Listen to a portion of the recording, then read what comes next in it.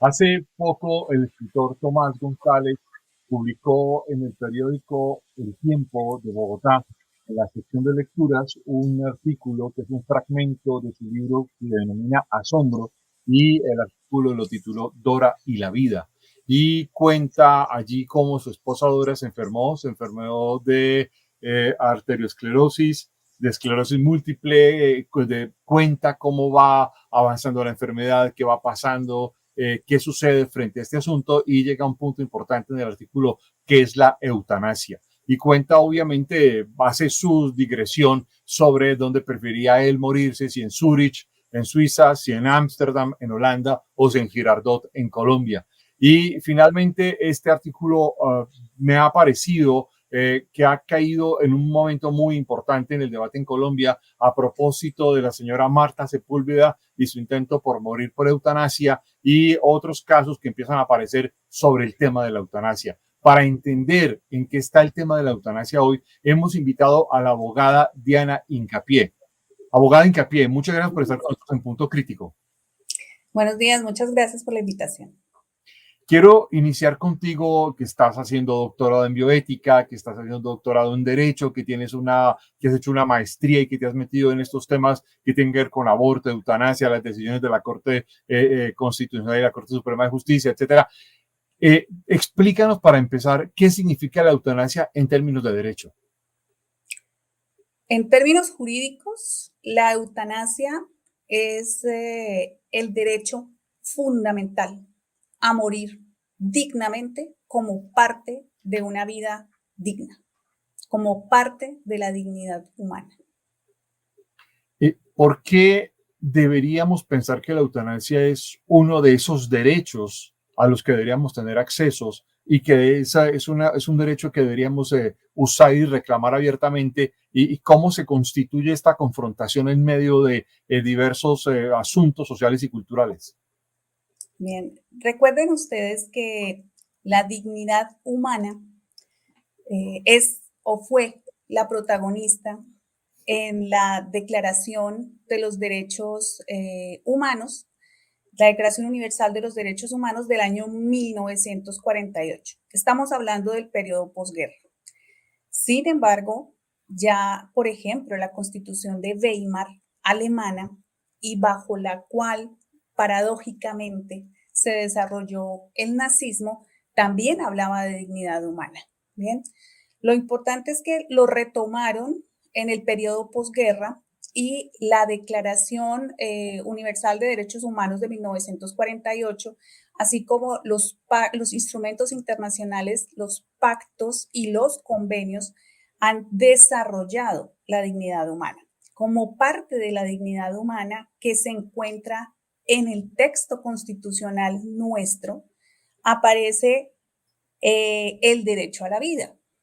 Y resulta, según los desarrollos jurisprudenciales de la Corte Constitucional Colombiana, desde el año 1997 puntualmente, recordemos al maestro Carlos Gaviria, fue uno de, siendo magistrado de la Corte Constitucional Colombiana, él mismo propició la despenalización o la descriminalización del tipo penal o del delito denominado homicidio por piedad.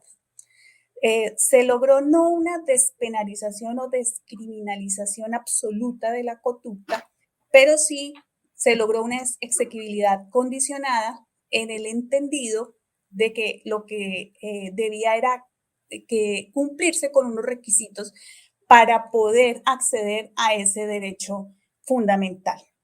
Recuerden ustedes que el ex magistrado, ex filósofo del derecho, como muchos le reconocemos, no teórico jurídico, filósofo del derecho, a Carlos Gaviria, su padre se suicidó.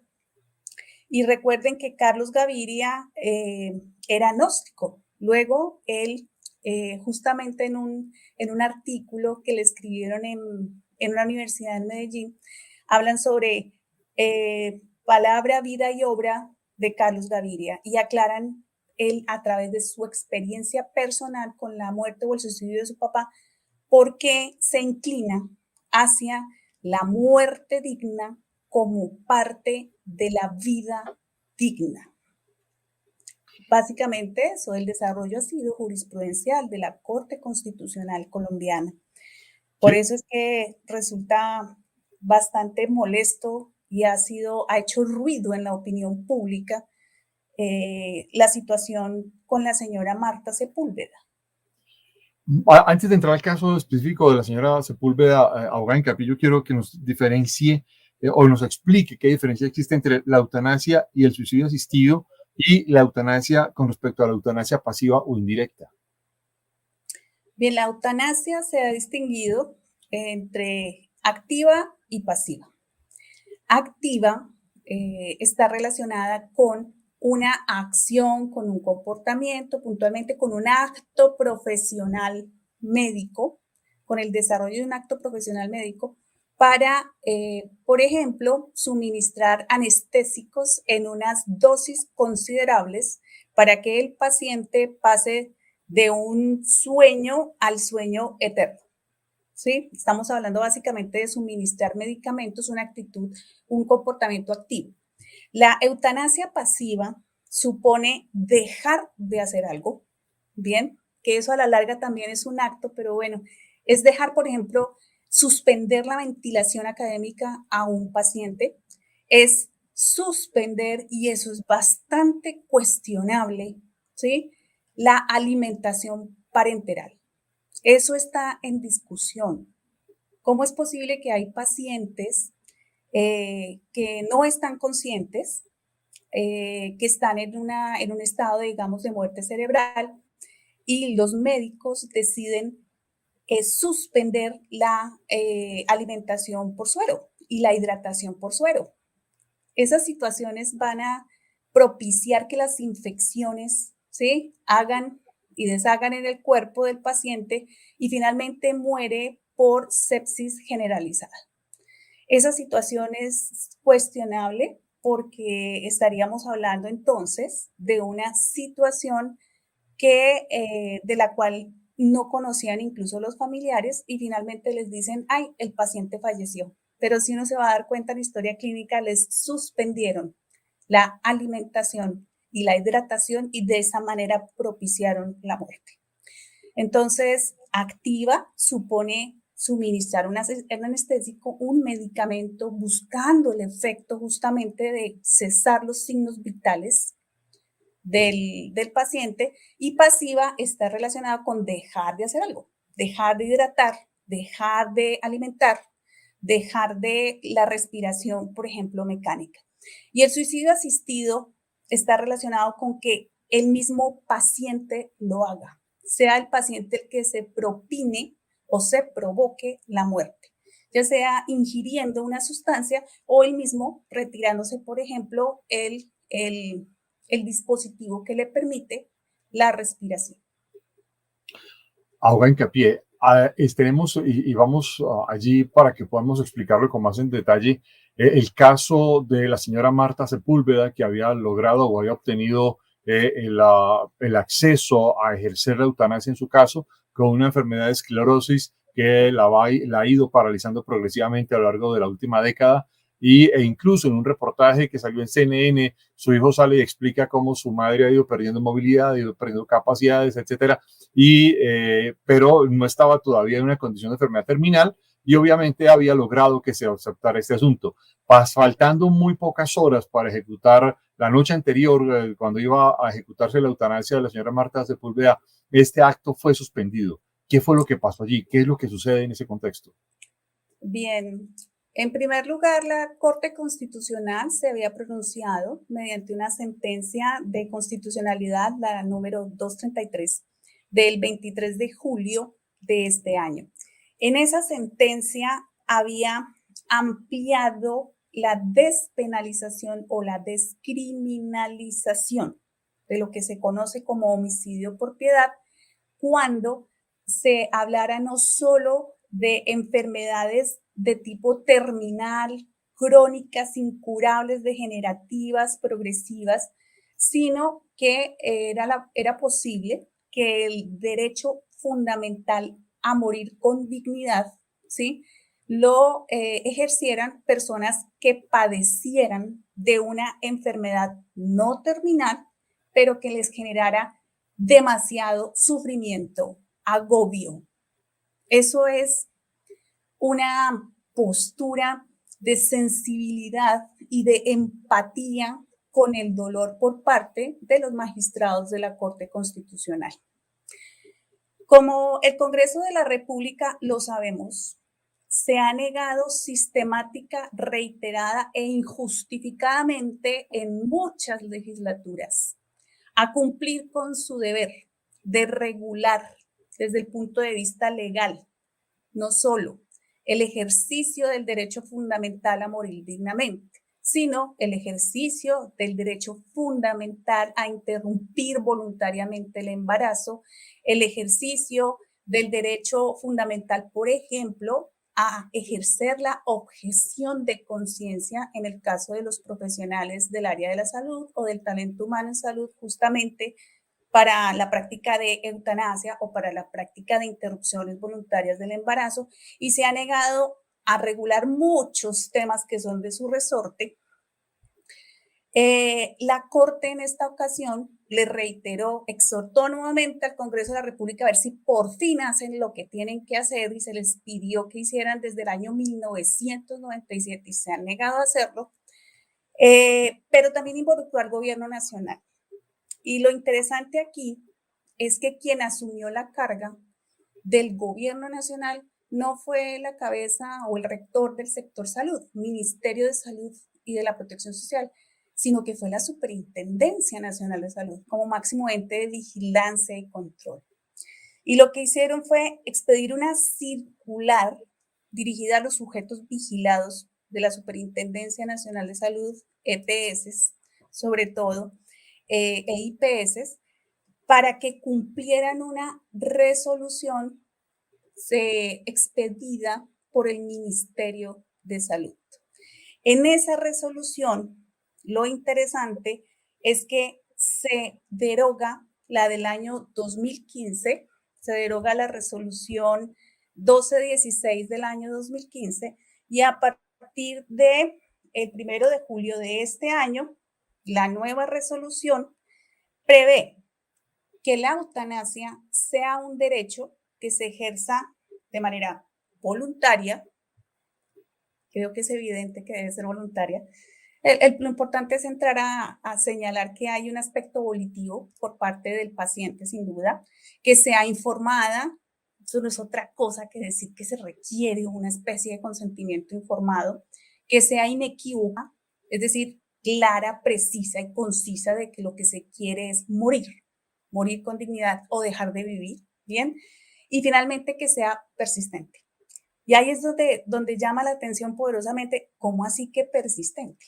Cuando usted me dice que algo es persistente es porque yo tengo que pedirlo más de una vez, porque tengo que hacer una solicitud y reiterarla en varias oportunidades para que sea persistente la voluntad. Pareciera que con la decisión del centro médico, de donde se encuentra pues el equipo o el talento humano tratante de la señora Marta Sepúlveda, la decisión que hubiesen tomado es provocar una persistencia, que esa solicitud fuera persistente. Resulta paradójico que si estamos hablando de una solicitud de práctica de eutanasia, estamos hablando de un derecho fundamental, que es el de morir dignamente, pero está otro derecho fundamental en juego, fundamental, que es el derecho de petición. Entonces, ¿cómo así que tengo dos derechos fundamentales como mínimo en juego, pero todo esto está supeditado a formalismos, a burocracia y a tramitología, que fue lo que sucedió en el caso de la señora Marta Sepúlveda? La esclerosis, la esclerosis lateral amiotrófica es supremamente dolorosa. Los padecimientos son enormes. El dolor es indescriptible. Y lo digo porque infortunadamente tuve la experiencia de trabajar con una persona que lo padecía o lo sufría. Estoy hablando de Guillermo Asprilla. El profesor Guillermo Asprilla dictaba teoría del Estado en la Facultad de Derecho de la Universidad Nacional y enfermó de ELA, siendo secretario de gobierno. A veces nos tocaba suspender los comités, nos tocaba suspender, digamos, el trabajo por los dolores, los padecimientos, y sin embargo él, con mucha dignidad y con mucho decoro, llevaba adelante, digamos, su labor. Bien, los dolores son indescriptibles. Por eso es que si la Corte se compadece, bien, estamos hablando de una justicia de la compasión, y es de alguna manera un oyente virtuoso y tiene sensibilidad para con el padecimiento y el sufrimiento y el dolor de estas personas. Ahora resulta que los burócratas, ¿sí?, del Ministerio de Salud y el centro médico consideran que la señora ya no puede ejercer el derecho fundamental porque le faltó un requisito formal, procedimental, ritual, ¿sí? Y fuera de eso, porque están haciendo una valoración negativa de sus declaraciones en medios.